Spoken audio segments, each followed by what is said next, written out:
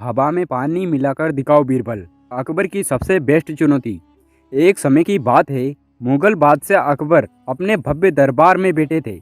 चारों ओर मंत्री, सैनिक और दरबारी खड़े थे। उस दिन बादशाह के मन में एक अनोखी चुनौती का विचार आया। अकबर मुस्कुराए और बोले, बीरबल, आज मैं तुम्हें ऐसी चुनौती दूंगा जिसे आज तक कोई पूरा नहीं कर पाया। दरबार में सन्नाटा छा गया। सभी की नज़र बीरबल पर टिक गई। बीरबल ने हाथ जोड़कर कहा, जहांपना, आपकी हर चुनौती सर आंखों पर। अकबर सिंहासन से उठे और बोले, अगर तुम सच में सबसे बुद्धिमान हो तो हवा में पानी मिलाकर दिखाओ। ये सुनते ही पूरे दरबार में फुसफुसाहट शुरू हो गई। एक दरबारी हंसकर बोला, अरे, हवा और पानी कैसे मिल सकते हैं? यह तो असंभव है। दूसरा बोला, आज तो बीरबल भी हार जाएगा। लेकिन बीरबल के चेहरे पर जरा भी चिंता नहीं थी। उन्होंने शांत स्वर में कहा, जहांपना, मुझे इस चुनौती को पूरा करने के लिए कल सुबह तक का समय चाहिए। अकबर ने मुस्कुराकर कहा, ठीक है बीरबल, अगर तुम सफल हुए तो इनाम मिलेगा, लेकिन अगर तुम असफल हुए तो पूरी सभा के सामने हार माननी पड़ेगी और तुम्हें हमेशा हमेशा के लिए अपनी बुद्धि को आजमाना होगा। बीरबल ने सिर झुकाकर कहा, जैसी आपकी आज्ञा महाराज। इतना कहकर बीरबल दरबार से निकल गए। रात भर उन्होंने कुछ सोचा और सुबह होने का इंतजार करने लगे। अगले दिन पूरा दरबार फिर से सज गया। सभी उत्सुक थे, आखिर बीरबल हवा में पानी कैसे मिलाएंगे। बीरबल अपने साथ एक छोटा सा सामान लेकर दरबार पहुंचे। उसे देखते ही दरबारी हंसने लगे। क्या इतनी सी चीज से हवा में पानी मिल सकता है? अकबर भी उत्सुक होकर बोले, बीरबल, अब दिखाओ अपना कमाल। बीरबल मुस्कुराए, लेकिन उन्होंने अभी तक किसी को कोई भी जवाब नहीं दिया। और बीरबल जो अपने साथ चीज लाए थे उसके बारे में बीरबल ने अभी तक किसी को कुछ नहीं बताया था। आगे क्या हुआ? क्या बीरबल सच में हवा में पानी मिलाएंगे या फिर इस बार बीरबल की चुनौती हार जाएगी? यह जानने के लिए कहानी का अगला भाग जरूर सुनिए। अगली सुबह पूरा शाही दरबार लोगों से भरा हुआ था। हर किसी के मन में एक ही सवाल था, क्या बीरबल सच में हवा में पानी मिला पाएंगे? बादशाह अकबर ने मुस्कुराते हुए कहा, बीरबल, अब समय आ गया है, अपनी बुद्धि का कमाल दिखाओ। बीरबल धीरे धीरे आगे बढ़े। उनके हाथ में एक छोटा सा मिट्टी का बर्तन था। दरबारी हंसने लगे। एक दरबारी बोला, इतने छोटे बर्तन से हवा में पानी कैसे मिलेगा? दूसरा बोला, आज तो बीरबल की हार तय है। लेकिन बीरबल बिल्कुल शांत थे। उन्होंने बर्तन का ढक्कन खोला। अंदर साफ पानी भरा हुआ था। फिर उन्होंने एक सुगंधित फूल लिया और उसे पानी में डुबाया।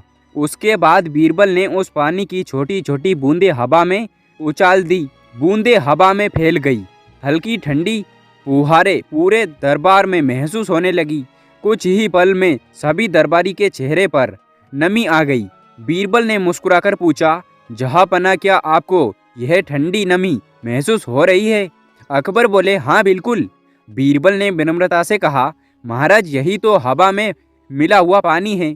जब पानी बहुत छोटी छोटी बूंदों में बदलकर हवा के साथ फैल जाता है तो वह हवा का ही हिस्सा जैसा महसूस होता है, जैसे सुबह की ओस, बादलों की नमी और बारिश से पहले चलने वाली ठंडी हवा। दरबार पूरी तरह से शांत हो चुका था। जो दरबारी अभी तक हंस रहे थे वे अब एक दूसरे का चेहरा देखने लगे। अकबर मुस्कुराए, लेकिन फिर बोले, बीरबल, तुम्हारा उत्तर अच्छा है, लेकिन मेरी चुनौती अभी पूरी नहीं हुई है। अगर तुम सच में सबसे बुद्धिमान हो तो अब तुम्हें इससे भी कठिन परीक्षा देनी होगी। यह सुनते ही पूरा दरबार सन्नाटे में डूब गया। आखिर अकबर ने बीरबल को ऐसी कौन सी नई चुनौती दी जिसे सुनकर पूरे दरबार की सांस थम गई। पूरा दरबार एक बार फिर शांत हो गया था। बादशाह अकबर अपने सिंहासन से उठे और बोले, बीरबल, तुमने पहली चुनौती अपनी बुद्धि से पूरी कर दी, लेकिन अब मैं तुम्हें एक ऐसी परीक्षा दूंगा जिसे पूरा करना लगभग नामुमकिन है। बीरबल ने मुस्कुराकर कहा, जहांपना, आपकी हर चुनौती मेरे लिए सम्मान की बात है। अकबर ने अपने सैनिकों को इशारा किया, लेकिन एक सैनिक खाली सोने का कटोरा लेकर आया। अकबर बोले, बीरबल, इस कटोरे को बिना किसी नदी, कुएं, तालाब या घड़े का पानी लिए पूरा भरकर दिखाओ। इतना सुनते ही पूरे दरबार में खुसर पुसर चालू हो गई। एक दरबारी बोला, यह कैसे हो सकता है, पानी तो कहीं ना कहीं से लाना ही पड़ेगा। दूसरा बोला, इस बार बीरबल के पास कोई उपाय नहीं होगा। बीरबल ने कुछ देर तक कटोरे को ध्यान से देखा, फिर उन्होंने मुस्कुराकर कहा, जहाँपनाह मुझे कल तक का समय दीजिए।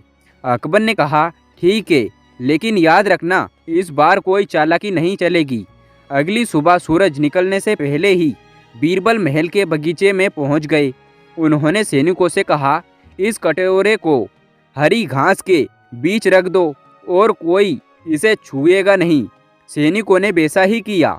सूरज की पहली किरणें निकली, घास पर जमी ओस की छोटी छोटी बूंदें चमकने लगी। बीरबल ने बड़े धैर्य से एक साफ कपड़े की मदद से ऊन ओस की बूंदों को इकट्ठा करना शुरू किया।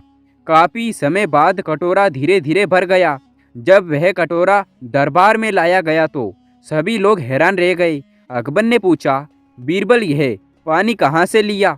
बीरबल ने मुस्कुराकर उत्तर दिया, जहाँपनाह यह पानी किसी नदी, कुएं, तालाब या घड़े से नहीं लिया गया। यह तो प्रकृति की दी हुई ओस की बूंदें हैं, जिन्हें मैंने सुबह घास से इकट्ठा किया है। अकबर कुछ पल तक सोचते रहे, फिर उनके चेहरे पर हल्की सी मुस्कान आ गई।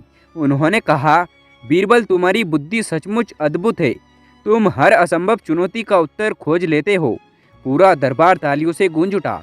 लेकिन तभी दरबार के पीछे से एक अजनबी व्यक्ति आगे आया। उसने ऊंची आवाज में कहा, जहाँपनाह अगर अनुमति हो तो मैं बीरबल को ऐसी चुनौती दूंगा जिसका उत्तर उनके पास भी नहीं होगा।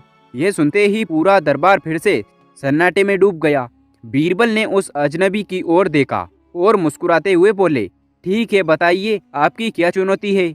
यहीं से शुरू होगी कहानी का सबसे रोचक भाग। दरबार में सन्नाटा था। वह अजनबी धीरे धीरे आगे आया और बादशाह अकबर को प्रणाम करके बोला, जहाँपनाह मेरी चुनौती बहुत सरल है, लेकिन इसका उत्तर देना आसान नहीं है। अकबर ने कहा, बताओ क्या चुनौती है। अजनबी ने बीरबल की ओर देखते हुए कहा, अगर आप इतने बुद्धिमान हैं तो मुझे ऐसी चीज़ दिखाइए जिसे हर इंसान महसूस कर सकता है, लेकिन कोई उसे पकड़ नहीं सकता। यह सुनते ही पूरे दरबार में फिर से कानाफूसी शुरू हो गई।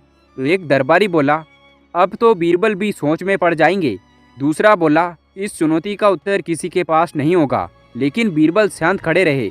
उन्होंने मुस्कुराकर कहा, आप सब मेरे साथ महल के बगीचे में चलिए। सभी लोग बगीचे में पहुंचे। वहां हल्की हल्की हवा चल रही थी। बीरबल ने पूछा, जहाँपनाह क्या आपको हवा महसूस हो रही है? अकबर बोले, हाँ बिल्कुल। बीरबल ने फिर पूछा, क्या कोई हवा को अपने हाथों से पकड़ सकता है? सभी ने एक साथ कहा, नहीं। बीरबल मुस्कुराए और बोले, यही मेरी बात है। कुछ चीज़ें देखने या पकड़ने के लिए नहीं होती, बल्कि महसूस करने के लिए होती है। हवा प्रेम, विश्वास और सम्मान, इनकी ताकत सबसे बड़ी होती है। इन्हें कोई पकड़ नहीं सकता, लेकिन हर इंसान इन्हें महसूस कर सकता है। दरबार कुछ पल के लिए शांत हो गया। अजनबी ने सिर झुका लिया। वह बोला, बीरबल जी, मैं हार गया। आपकी बुद्धि के सामने मेरी चुनौती छोटी पड़ गई। बादशाह अकबर गर्व से मुस्कुराए। उन्होंने अपने गले का कीमती हार उतारकर बीरबल को पहना दिया और कहा, आज एक बार फिर तुमने साबित कर दिया कि सच्ची बुद्धि ताकत से नहीं, बल्कि सही सोच और धैर्य से जीतती है। पूरा दरबार तालियों की गड़गड़ाहट से गूंज उठा। कहानी से सीख, कठिन से कठिन चुनौती का हल बुद्धि, धैर्य और सही सोच से निकाला जा सकता है। असली जीत ताकत की नहीं, समझदारी की होती है। पूरा दरबार तालियों से गूंज रहा था। तभी दरबार के पीछे से एक अजनबी व्यक्ति आगे आया और बोला, जहाँपनाह यदि अनुमति हो तो मैं बीरबल से एक प्रश्न पूछना चाहता हूँ। अकबर ने कहा, पूछो, लेकिन याद रखना बीरबल के उत्तर में हमेशा कोई ना कोई सीख छिपी होती है। अजनबी ने बीरबल की ओर देखकर बोला, बीरबल, ऐसी कौन सी परछाई है जिसे दुनिया का कोई भी इंसान देख नहीं सकता? ये सुनते ही पूरा दरबार फिर से सन्नाटे में डूब गया। सभी दरबारी सोचने लगे, लेकिन किसी के पास कोई उत्तर नहीं था। बीरबल कुछ क्षण मुस्कुराए और बोले, उस परछाई का नाम है भविष्य की परछाई। अजनबी हैरान होकर बोला, यह कैसे? बीरबल ने शांत स्वर में कहा, इंसान अपने आज को देख सकता है, अपने बीते हुए कल को याद कर सकता है, लेकिन आने वाले कल की परछाई कोई नहीं देख सकता। अगर भविष्य की परछाई दिखाई देती तो कोई कभी गलती नहीं करता, कोई धोखा नहीं खाता और कोई दुखी नहीं होता। इसीलिए भविष्य की परछाई केवल समय आने पर ही दिखाई देती है। पूरा दरबार कुछ पल के लिए मौन हो गया। फिर बाद से अकबर मुस्कुराए और बोले, वाह बीरबल, तुमने एक बार फिर साबित कर दिया कि सच्ची बुद्धिमानी वही है जो असंभव लगने वाले प्रश्न का भी सरल और समझदारी भरा उत्तर दे सके। अजनबी ने सिर झुकाकर कहा, बीरबल जी, मैं आपकी बुद्धि के सामने हार मानता हूँ। अकबर ने प्रसन्न होकर बीरबल को सम्मानित किया और कहा, आज से पूरे राज्य में यह बात याद रखी जाएगी कि बुद्धि और धैर्य से हर कठिन चुनौती का समाधान निकाला जा सकता है। पूरे दरबार में खुशी की लहर दौड़ गई। सभी ने बीरबल की प्रशंसा की और उनकी जय जयकार करने लगे। कहानी की सीख, बुद्धिमानी का अर्थ केवल उत्तर देना नहीं, बल्कि ऐसा उत्तर देना है जो सभी को सही सोच और अच्छी सीख दे। दोस्तों, आज की कहानी यहीं पर समाप्त होती है। अगर आपको यह कहानी पसंद आई हो तो इसे अपने दोस्तों के साथ शेयर जरूर करें। जाते जाते इस कहानी का एक भाग और सुनकर जाना जो आपको दिल को छू देगा। पूरा दरबार तालियों से भरा हुआ था। तभी एक बूढ़ा यात्री लाठी टेकते हुए दरबार में आया। उसने बादशाह अकबर को प्रणाम किया और बोला, जहांपनाह, मैंने सुना है कि बीरबल हर प्रश्न का उत्तर देते हैं, लेकिन आज मैं उनसे ऐसा प्रश्न पूछूंगा जिसका उत्तर शायद किसी के पास ना हो। अकबर मुस्कुराए और बोले, पूछो। बूढ़े ने बीरबल की ओर देखकर कहा, बीरबल, ऐसा कौन सी चीज है जो हर इंसान रोज बनाता है लेकिन उसे कभी अपने हाथों से छू नहीं सकता? पूरे दरबार में सन्नाटा छा गया। कोई बोला, क्या यह सपना है? दूसरा बोला, शायद हवा होगी। लेकिन बीरबल शांत खड़े रहे। कुछ क्षण बाद उन्होंने मुस्कुराकर कहा, उसका नाम है अपनी पहचान। बूढ़ा चौंक गया। पहचान? यह कैसे? बीरबल बोले, हर दिन हर इंसान अपने काम, अपने व्यवहार और अपने शब्दों से अपनी पहचान बनाता है, लेकिन पहचान कोई ऐसी चीज नहीं जिसे हाथों से पकड़ लिया जाए। उसे केवल लोग महसूस करते हैं और याद रखते हैं। फिर बीरबल ने एक उदाहरण दिया। उन्होंने दरबार के दो सैनिकों को बुलाया। एक सैनिक हमेशा लोगों की मदद करता, दूसरा अक्सर लोगों से कठोर व्यवहार करता। बीरबल ने पूछा, अगर दोनों यहाँ ना भी हो तो लोग किसे याद करेंगे? दरबारियों ने उत्तर दिया, जिसने अच्छा काम किए। बीरबल मुस्कुराए, यही उसकी पहचान है। उसे कोई छू नहीं सकता, लेकिन पूरी दुनिया उसे पहचानती है। बूढ़े यात्री की आंखों में खुशी के आंसू आ गए। वह बोला, बीरबल, आज मैंने समझ लिया कि इंसान की सबसे बड़ी दौलत उसकी पहचान होती है, सोना चांदी नहीं। दरबार में सन्नाटा छा गया। बादशाह अकबर अपने सिंहासन से उठे और बोले, आज की सबसे बड़ी जीत किसी प्रश्न की नहीं, बल्कि एक अच्छी सीख की हुई है। पूरा दरबार बीरबल की जय जयकार के नारे लगाने लगा। कहानी की सीख, धन, पद और ताकत समय के साथ बदले जा सकते हैं, लेकिन अच्छे कर्मों से बनी पहचान हमेशा लोगों के दिलों में जीवित रहती है। दोस्तों, आज की कहानी यहीं पर दी एंड करते हैं और मिलते हैं को नेक्स्ट और बेहतरीन कहानी के साथ। दोस्तों, मैं बहुत दिनों से कहानी डाल रहा हूँ और अच्छा व्यूज़ भी आ रहा है।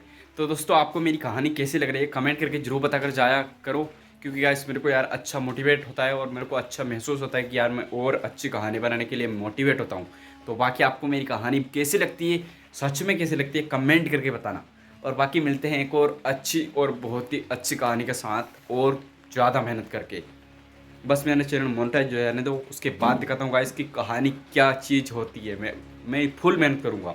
अभी भी मैं बहुत मेहनत कर रहा हूँ, जितनी हो सकेगी उतनी अच्छी अच्छी कहानी लाऊंगा मैं। बस मेरा एक बार चैनल मोनेटाइज हो जाए। और अभी भी मैं बहुत अच्छी अच्छी कहानी मैं आपके लिए ला रहा हूँ। तब तक के लिए जय हिंद, वंदे मातरम।